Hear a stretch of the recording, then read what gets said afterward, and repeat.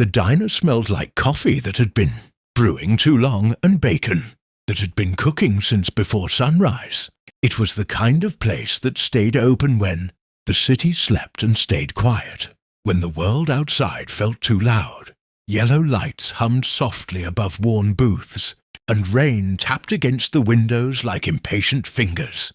Lena moved through the diner with a calm rhythm that came from years of doing the same. Small things, well, pour coffee, wipe the counter, smile at the truck drivers who came in at midnight, and the construction workers who arrived before dawn. Her apron was faded, and her sneakers squeaked softly against the tile floor.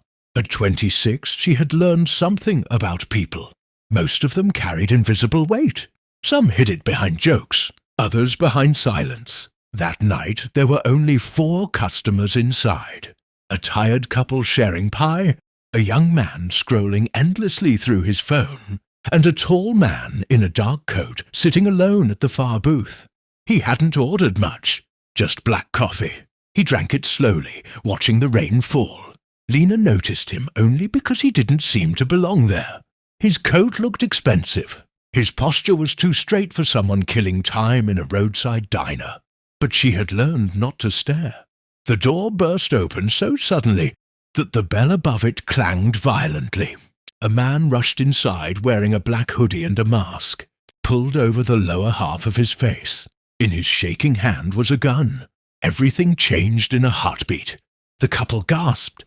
The young man dropped his phone. Coffee cups rattled against saucers. "Everyone stay where you are," the robber shouted, his voice cracking with panic. "Nobody move!" Lena froze for exactly 1 second. Then she slowly raised her hands. The robber pointed the gun toward the counter where she stood. "You!" he barked. "Open the register, now!" Lena walked to the cash register carefully, her hands steady, even though her heart slammed against her ribs. She had never been robbed before, but something inside her refused to panic. "Okay," she said softly. "I'm opening it." The drawer popped open with a metallic ding. The robber stepped closer, breathing hard. The gun trembled in his hand. "Put the money in the bag." Lena reached for a paper bag beside the register. She began placing the bills inside slowly. Up close, she could see his eyes behind the mask. They weren't cruel. They were terrified. "You don't have to do this," she said quietly. "Shut up," he snapped. But his voice shook. She kept moving calmly, stacking the money into the bag. "It's not that much," she said gently. "Maybe a few hundred. Just hurry." Lena looked at him for a moment. "You look cold," she said. The robber blinked in confusion. "What?" "There's hot coffee," she said. "You should drink something before you leave." The diner fell completely silent. The robber stared at her like she had lost her mind.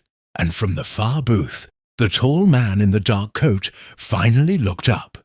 His eyes were sharp and observant, the kind that noticed everything. Lena finished filling the bag and slid it across the counter.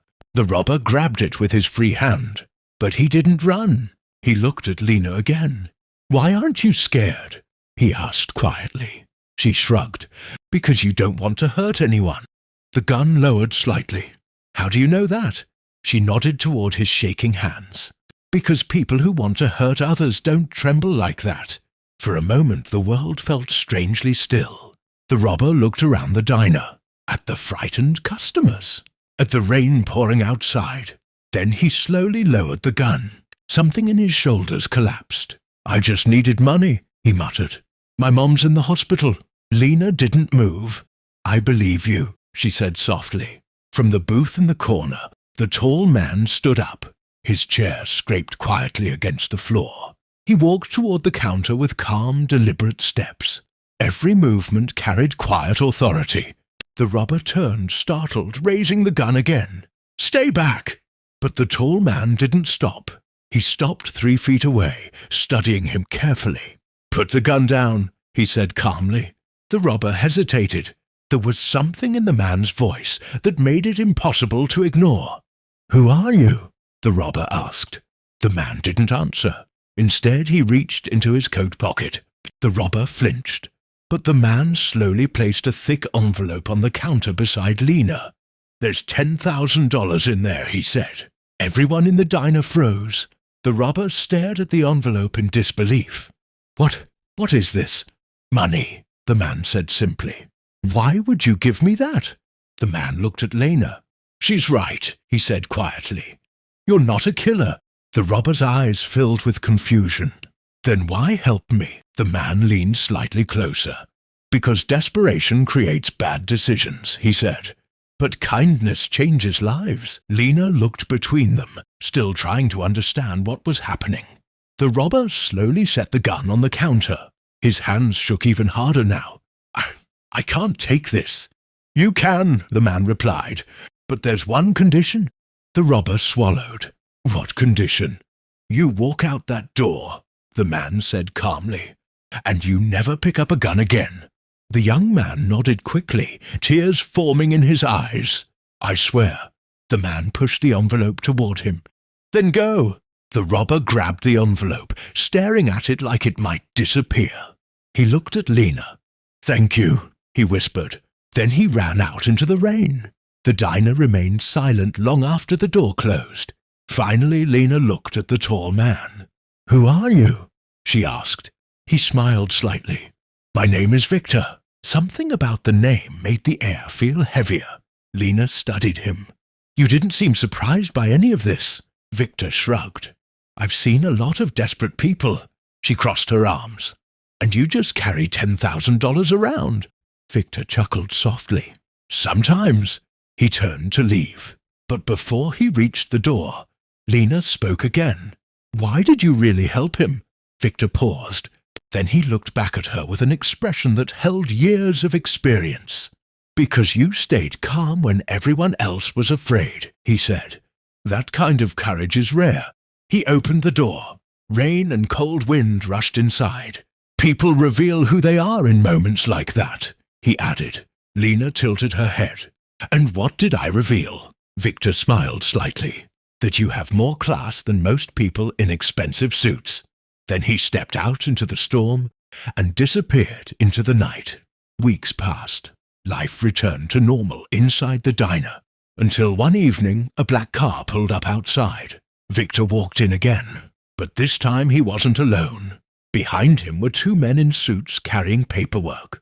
Victor sat at the counter. "I bought the building," he said casually. Lena blinked. "What?" "The diner," he explained. "It's yours now." Her mouth fell open. "Why would you do that?" Victor looked at her calmly. "Because people like you should be running places like this."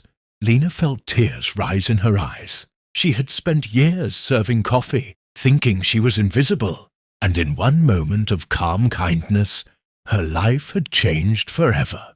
Victor stood to leave once more. "Remember something," he said quietly. "What?" "True class isn't about what you wear." He nodded toward her apron. "It's about who you are when everything falls apart." Then he walked out again, leaving Lena, standing behind the counter, realizing that sometimes the smallest moments reveal the strongest hearts.